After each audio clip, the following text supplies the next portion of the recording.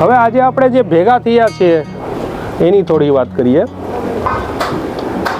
નિલેશે જેમ વાત કરી કે આપણા બેટર કોટનમાં એ પણ કીધું છે કે ખેડૂતોને અને મજૂરોને સ્વતંત્રતા હોવી જોઈએ, સંગઠન બનાવવાની સ્વતંત્રતા હોવી જોઈએ. હવે આ સંગઠન આવ્યું.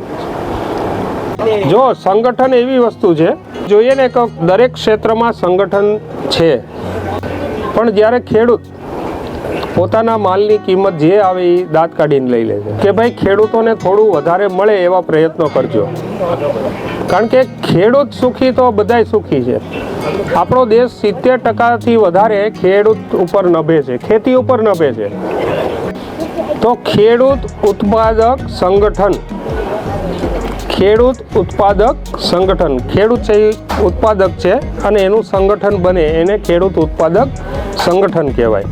આ બધા ભેગા થઈ અને જે આપણે ભેગા એક સંગઠનમાં જોડાઈએ અને એ જે કંપની હોય એને એફપીસી કહેવાય, ફાર્મર પ્રોડ્યુસર કંપની, એટલે કે ખેડૂત ઉત્પાદકોની જે બનેલી કંપની છે એ એફપીસી કહેવાય. તો ખેડૂતો આપણે એફપીસીમાં જોડાવવું જોઈએ. અને સરકારનો પણ એવો અભિગમ છે કે ભારતમાં 10,000 એફપીઓ બનાવવા છે અને દરેક ખેડૂતો એમાં જોડાય. પોતાનો માલ, દાખલા તરીકે વિઠ્ઠલભાઈને સારામાં સારું માલ પકાવે છે, ઓર્ગેનિક પકાવે છે, પણ વિઠ્ઠલભાઈ વેચવા ક્યાં જાય? મુશ્કેલી છે. એને બેંગ્લોર વેચવો છે માલ, પણ વિઠ્ઠલભાઈ ક્યાંથી વેચવા જાય?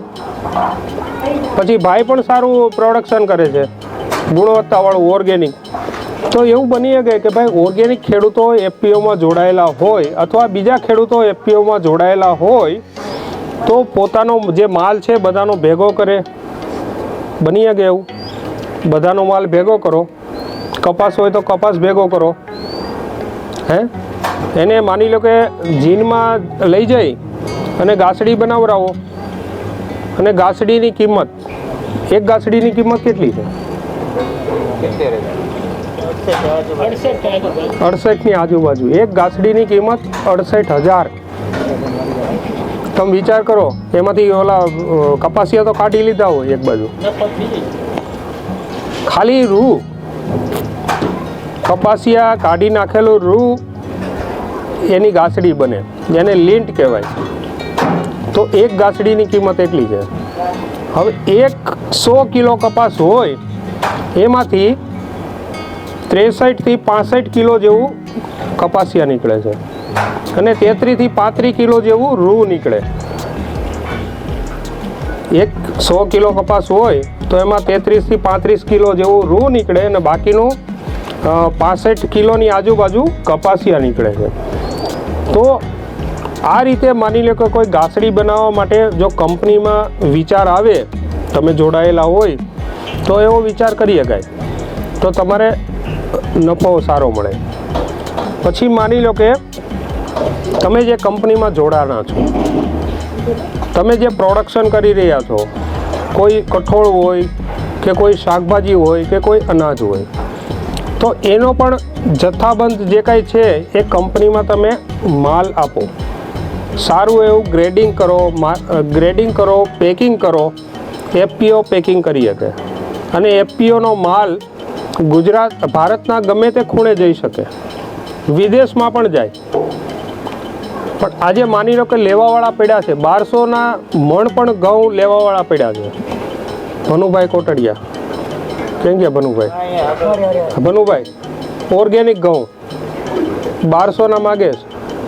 સુરત ને અહીંયા આપણે કોઈ નહીં ખાઈ, કારણ કે આપણે તો દવાવાળું જ ખાવાવાળા છીએ. સસ્તું મળવું જોઈએ. આપણને 400ના ઘઉં મળે તો 600ના કોઈ લેતા નથી. તો આ પરિસ્થિતિ છે. તો જે કાંઈ આપણો માલ છે એ ગ્રેડિંગ A1 ક્વોલિટીનો હોય, એને ગ્રેડિંગ થાય, પેકિંગ થાય, જેને આપણે મૂલ્યવર્ધન કહીએ. મૂલ્યવર્ધન, પાકનું મૂલ્યવર્ધન. જેમ બટેટા છે, ડીસાના બટેટા હોય કે પછી ગમે તેના બટેટા હોય, એ ફેક્ટરીમાં જાય, એમાં મશીનરીથી ધોવાઈ જાય, કટકા થઈ જાય, એનું તળાઈ જાય, મસાલા લાગે અને પેકિંગ થાય, નાઇટ્રોજન થોડો નાખવામાં આવે, નાઇટ્રોજન પેક, 10 કે 12 ચિપ્સના 5 રૂપિયામાં વેચાય. એક અડધું બટેટું થયું, અડધું બટેટું 10 રૂપિયામાં વેચાય. એ જ મૂલ્યવર્ધન બીજું કાંઈ નથી. તમારો માલ હોય એને સરસ મજાનું ગ્રેડિંગ પેકિંગ કરો અને સરસ મજાનું બેગમાં પેક થાય, એ મૂલ્યવર્ધન. તમે માર્કેટમાં ખુલ્લા લઈ જાઓ છો ને યાર્ડમાં, કિંમત નથી આવતી, પણ એનું જ મૂલ્યવર્ધન થઈને જો માર્કેટમાં મુકાય ને તો એની કિંમત સારી આવે. એફપીઓ જે બાયર છે, બાયર એટલે કે ખરીદવાવાળો વર્ગ, લેવાવાળો વર્ગ, એ બહુ મોટી ક્વોન્ટિટીમાં લેવાવાળો છે. દાખલા તરીકે કોઈ મોલવાળા છે, ડીમાર્ટ છે કે રિલાયન્સ મોલ છે કે પછી જે કાંઈ મોલવાળા હોય, એ પણ એફપીઓને ઘણીવાર સારો માલ હોય તો એને કોન્ટ્રાક્ટ કરે કે ભાઈ અમને તમારે ઘઉં આપવાના છે, પણ ઘઉં ગ્રેડવાળા હોવા જોઈએ, ક્વોલિટીવાળા હોવા જોઈએ. ક્વોલિટીની કિંમત છે. બાકી જો ક્વોલિટી આપણે ન આપીએ તો આપણે જે કંપની યારે જોડાયેલા હોઈએ એનું પણ નામ ખરાબ થાય. તો આ વસ્તુ એફપીઓમાં થઈ શકે. એફપીઓમાં તમારું જે કાંઈ શેર ભંડોળ હોય એમાં સભાસદ બનવા માટે આપણે શેર લેવા પડે. 10 રૂપિયાનો એક શેર કિંમત હોઈ શકે, 20 રૂપિયા, 50 રૂપિયા, કંઈ બી હોઈ શકે. તો આપણે જે કાંઈ 1500 કે 2000 રૂપિયાના શેર લીધા હોય, 500 રૂપિયાના, 1000 રૂપિયાના, તો એમાં સભાસદ થયા. તો આ જે કંપની બની હોય એ ફાર્મર પ્રોડ્યુસર કંપની છે, નહીં કે કોઈ બીજાની છે. માત્ર ને માત્ર ખેડૂતોની કંપની છે. ખેડૂતો જોડાયેલા છે, ખેડૂતો માટે છે, ખેડૂતો વડે છે. એફપીઓનો મતલબ જ છે કે ભાઈ એફપીઓ, ફાર્મર પ્રોડ્યુસર ઓર્ગેનાઇઝેશન. તો એફપીઓમાં આટલા બધા કામો થઈ શકે છે. એફપીઓમાં એટલી તાકાત છે. મેં એવા એફપીઓ જોયા છે કે જે આપણા ગુજરાતના જ છે, પણ માલ મોકલે છે સાઉથમાં મોકલે છે, બેંગ્લોર, કર્ણાટકા જાય છે માલ, અને ત્યાંના એફપીઓ સોપારીની અહીંયા સુધી પહોંચાડે છે. બધું જ શક્ય છે. તો આપણે એફપીઓને સમજીએ કે એફપીઓમાં કેટલી તાકાત છે. જેટલી એક ખેડૂતમાં તાકાત નથી ને એવા હજારો ખેડૂત ભેગા થાય ને તો તાકાત વધે છે. અને એ તાકાત દુનિયાના ગમે ત્યાં ખૂણે પહોંચે. આ એફપીઓની એટલી તાકાત છે. એફપીઓ ઉપર વિશ્વાસ કરે માણસો, કારણ કે રજિસ્ટર ઓફ કંપની, જેને આરઓસીમાં રજિસ્ટર ઓફ કંપની એમાં નોંધાયેલી હોય, એના એક્ટ હેઠળ નોંધાયેલી કંપની હોય. એફપીઓ એટલે ખેડૂતો માટે બહુ સારામાં સારું પ્લેટફોર્મ છે વેચવાનું. એમાં તમે ઇનપુટ સેન્ટર વેચી પણ શકો અને ઇનપુટ સેન્ટર તમે લઈ પણ શકો અને આપી પણ શકો. આપવાનું છે તો કે આપણું પ્રોડક્શન, લેવાનું છે તો કે આપણે જે કાંઈ વસ્તુનો ઉપયોગ કરીએ છીએ, ખાતર, બિયારણ, જૈવિક દવાઓ છે, તો એ પણ આપણને ત્યાં મળી શકે. આપણે એફપીઓનું એક સેન્ટર અહીં ચિત્તલમાં ચાલુ કર્યું, પ્રયત્ન કર્યો, પણ એટલી બધી સફળતા મળતી નથી. કારણ કે ખેડૂતોને દવા મજા આવે. આપણે અહીંયા ટ્રાયકોડરમાં મળે, બિવેરિયા બાસિયાના મળે, ફેરોમેન ટ્રેપ મળે, યેલો સ્ટીકી ટ્રેપ મળે. આપણે એવું વેચવા માગીએ છીએ ખેડૂતો. અને ત્યાં એને કંઈ ખેડૂત પોર્ટલ ઉપર ફોર્મ ભરવા હોય તો ફોર્મ ભરી દઈએ ત્યાં. તો આપણે આ લાભ લેવાનો છે. તમને જે સારી એફપીઓ લાગે એમાં જોડાવ, પણ એફપીઓ એવી હોવી જોઈએ કે તમને તમારું ભવિષ્ય, ખેડૂતનું ભવિષ્ય ઉજળું તરફ લઈ જાય. એટલે એફપીઓમાં બહુ તાકાત છે. જેમ ઉદાહરણ આપ્યું કે ખેડૂતો સંગઠિત થાય ને તો આ પરિસ્થિતિ ઊભી થાય. જેમ લાકડી, આપણે જે લાકડીની ગઠ્ઠી હતી તોડવી હતી તો ન તૂટી, પણ સિંગલ લાકડી હતી તો તૂટી ગઈ. એમ આપણે ઉદાહરણ એવું બનાવવું છે કે આપણે બધા ભેગા થવાનું છે, લાકડીનું છે ને ગઠ્ઠો બનવાનો છે, અને આપણા માલની કિંમત આપણે નક્કી કરવી છે. અલગ અલગ બધા પ્રેક્ટિસીસ આપણે ખ્યાલ આવે કે કોણ કેવી પ્રેક્ટિસીસ કરે. બરાબર, 11 ના જૂથમાં વેચાઈ જઈને 5 ગ્રુપ બનાવે, એક બહેનોનું બનાવી નાખે.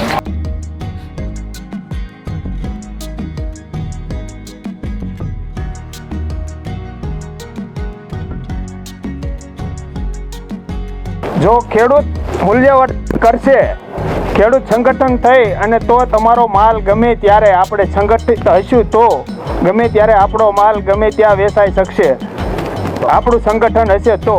એ એપીઓમાં જોડાવાથી આપણા જે માલ છે એના જોડાવાથી એક જગ્યાએ ભેગો થાય માલ અને એમાંથી સારા ભાવ લઈ શકાય, મૂલ્યવર્ધન થઈ શકે છે, એના ભાવ સારા મળે છે. એપીઓમાં જોડાવાથી આપણા દરેકના સંગઠનથી બધાના કપાસ ભેગો કરી એનું જીનિંગ કરી અને એમાંથી એની ઘાસડી કરીને સારો ભાવ મળી શકે એમાં. એપીઓમાં જોડાવાથી સંગઠનથી આપણે મશીનરી ખરીદી શકાય છે, એમાં ખરીદવાથી આપણે સસ્તે ભાવે મળી શકે. સંગઠનથી આપણે ડ્રોમ ખરીદવો હોય તો ખરીદી શકાય અને એ લીધા પછી આપણે દવા છાંટી શકાય. સ્થાનિક એપીઓમાં જોડાવાના ફાયદા એવું હોય છે કે કોઈ પણ માલનું પેકિંગ કરવાની સુવિધા કરીને માલની ગુણવત્તા ચકાસણી થાય. હવે તમે ધારો કે જીરું તમારું વાવો છો, હવે જીરું તમારું એક સાથે વેચો અને પેકિંગ કરીને તમારી કોઈ પણ પ્રોડક્ટ્સ બનાવીને વેચો. ધારો કે ભાઈ મારુતિ નંદન જીરા રાઈસ કે એવું કંઈક કરાવીને બનાવો ને જીરું જાય તો એનું પેકિંગનો ભાવ છે એ ડબલ થઈને થાય. મતલબમાં એની જે શું કહેવાય ક્વોલિટી ધારો ને તો એવી બની શકે એમ, એવું આમાં એવી સુવિધા મતલબમાં કહેવામાં આવી છે એમ. એપીઓ સેન્ટરમાં છે, એપીઓ સેન્ટર તમે ખોલી દીધું પણ એપીઓ સેન્ટરમાં એવા વ્યક્તિઓને બેસાડી દીધા કે હવે એને ખરેખર માલની ખબર નથી. આપણે અનુભવી છે કે ચણાનું આપણે જ્યારે ટેકાના ભાવ લઈને જઈએ તો ચણાને ખબર નથી કે દેશી ચણા કોને કહેવાય ને વિલાયતી ચણા કોને કહેવાય. 3 નંબરને દેશી ચણામાં સરપંચ ઘણી વખત એવું કે ભાઈ આ ચણા કડસલી મારી ગયેલા, આ નું હાલે, પણ એ ખબર નથી કે દેશી ચણા છે, એનો ભાવ અલગથી થાય એમ. હા એમ વસ્તુ એવી છે, અનુભવ વ્યક્તિની થાય. એપીઓ સેન્ટરમાં એવા અનુભવ વ્યક્તિઓની નિમણૂક થાય તો ખેડૂતોને પોતાની માલનો પૂરો ભાવ મળી શકે એવું છે.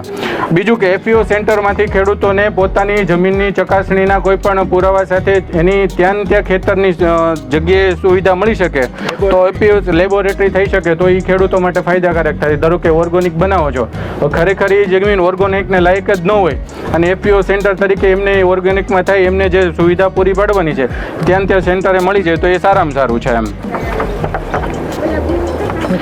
અને બીજું કે હવે એપીઓ સેન્ટરમાં અમારે માલ પ્રોડક્શન કરવું છે અને એની કોઈ મશીનરી હોય તો સરકારશ્રી તરફથી એપીઓ એવી ભલામણ કરે કે ભાઈ ખરેખર આ ખેડૂત છે એ ઓર્ગેનિકની ખેતી કરે છે ને એને ખરેખર આ પાત્રતા ધરાવે છે તો સરકારશ્રીમાંથી એ પણ એવી એક ભલામણ થાય કે એમાં કે ખેડૂતોને પૂરતી મશીનરીનો ભાવ મળે અને એમાં સરકાર સહયોગી બને તો એપીઓ સેન્ટરમાં અને ખેડૂતોને પોતાની માલ પ્રોડક્શન કરવામાં કોઈ દુવિધા ન રહે.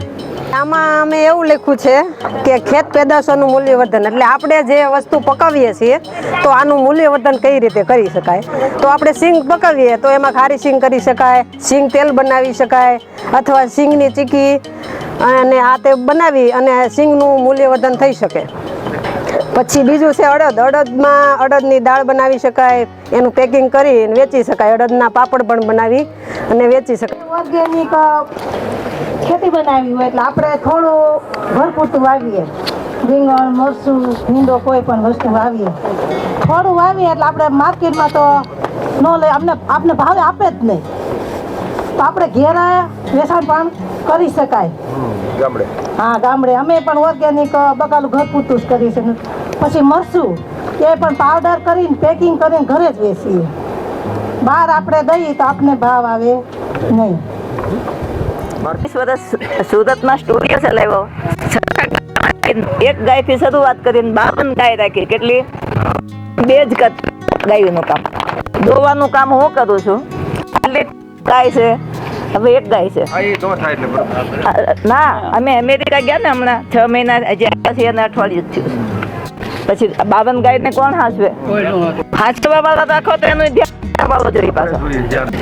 તો તઈને મારે ખાલી એટલી જ વિનંતી કરવી છે, બધાય ભાઈઓ જ છો, ખેડૂતના દીકરા જ છો, કોઈ તો કાંઈ નહીં, ઓર્ગેનિક તમારા ઘર પૂરતું કરો. પહેલાં ખાવા પીવાનું ઘરનું બનાવો. 5 વીઘામાં ઘઉં, ચણા, કોઈ પણ વસ્તુ ઘરમાં જોતી હોય એ પકાવો. મારે ત્યાંથી ઘઉં લઈ જાય, ચણા લઈ જાય, મગ થયા છે, તેલ ડબ્બા. હું કોઈ દિવસ સિંગ વેચતી નથી, તેલ કઢાવીને જ વેચી નાખું છું. 4500નો ડબ્બો વેચી નાખવા.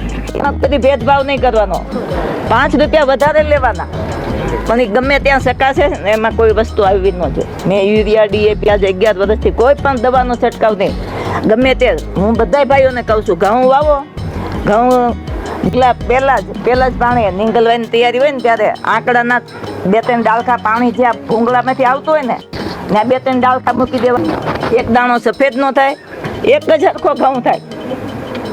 તમે અખાતરો કરજો, બધા ભાઈઓને કહું છું. ગૌમૂત્ર અને ખાટી છાશ 250 ગ્રામ અને તમારે જાજુ પીત હોય તો તમે ત્યાં ટીપણામાં નાખી પાણી 200 લીટર હોય એમાં 5 લીટર ગૌમૂત્ર ને 5 લીટર ખાટી છાશ નાખીને પાણી ધીમું રાખીને પાણીમાં જવા દો ઢોરિયામાં. તમારે બીજી કોઈ દવાની જરૂર નથી, કોઈ વસ્તુનો ખર્ચો નથી. ગાયનું છાણ હોય તો ટીપણામાં નાખીને હલાવી અને ઢોરિયા પાઈ દો. પૂરતું જ કરો પહેલા મારા ભાઈઓ. તમને 100 વીઘા હોય 5 વીઘા હોય, આપણે 2 વીઘાનું જોતું હોય 2 વીઘા જ ઓર્ગેનિક પહેલા કરો. પછી હું આજે 3 વર્ષથી અળસિયાનું ખાતર, મારી ખેતીમાં અળસિયાનું ખાતર નહોતું છતાંય મારા ખેતરમાં અળસિયા હતા, કારણ કે હું 12 વર્ષથી 52 ગાયનું છાણ મેં મારા 35 વીઘામાં જ નાખ્યું છે. એક ખાતર વેચતી નથી. તમે આજુબાજુ વાળાના ખેતરમાંથી પાણી બહાર નીકળશે, મારા ખેતરમાંથી વરસાદનું પાણી બહાર નહીં નીકળે. કપાસમાં પણ તમને કહી દઉં, કોઈનો કપાસ લાલ જરાક થતો હોય તો ગૌમૂત્ર અને ખાટી છાશ 250 પંપે નાખીને છાંટો, 5મે દિવસે એ કપાસનો કલર ફરી જાય, સુકાશે નહીં. મારો અખાતરો કરેલો છે એટલે હું કહું છું. 10-15 અર્થ છે, પછી તમારે નિમાત્ર છે. અત્યારે લીંબોળી મેં ભેગી કરી રાખી છે, 22 મણ લીંબોળી ભેગી કરી છે. 10-15 અર્થ છે એ બધી અમે જાતે જ બનાવી છે અને જાતે છંટકાવ કરીએ છીએ. અને મેં તો 700 લીટર ફ્રીમાં દવા દીધી છે. 22 તો ગામડામાં આ લોકોએ પુગાડી હતી. જય ગૌ માતા. હવે આપણે આ વાડીએ જે આ બનાવી છીએ, જે અળસિયાનું ખાતર છે, 10 પાણી અરગ છે, પછી જીવામૃત છે, એ બધું બનાવી અને 15 વીઘા ઓર્ગોનિક છે એમાં બધું પાવશું. અને હવે એમાં જો આ તુર જોઈએ ને એમાં કોઈ વસ્તુ નાખ્યું નથી, છતાં તુરમાં એક ડંખ નથી. તાકાત છે. બિપિનભાઈ પોપટભાઈ માંગો. હવે હજી અમે તો 6 મહિના થયા છે, કમ્પોસ્ટ બનાવ્યો છે અને શરૂઆત કરી છે. બરોબર, એટલે આગળ ઉપર હવે ભાઈની મુલાકાત લઈને વધારે ઓર્ગોનિક કરવામાં ગમે ત્યારે ફોન કરે. એટલે 30 કલાક અમે જેસીબી હકાવ્યું અને અમારા પડખે જ ભાણો છે, એનું ખેતર છે ત્યાં, એટલે ત્યાં સીધું પાણી અમારા ગામનું નીકળે ને ગયું. ઉનાળામાં જ એને સીધું પાણીનો ફાયદો થયો.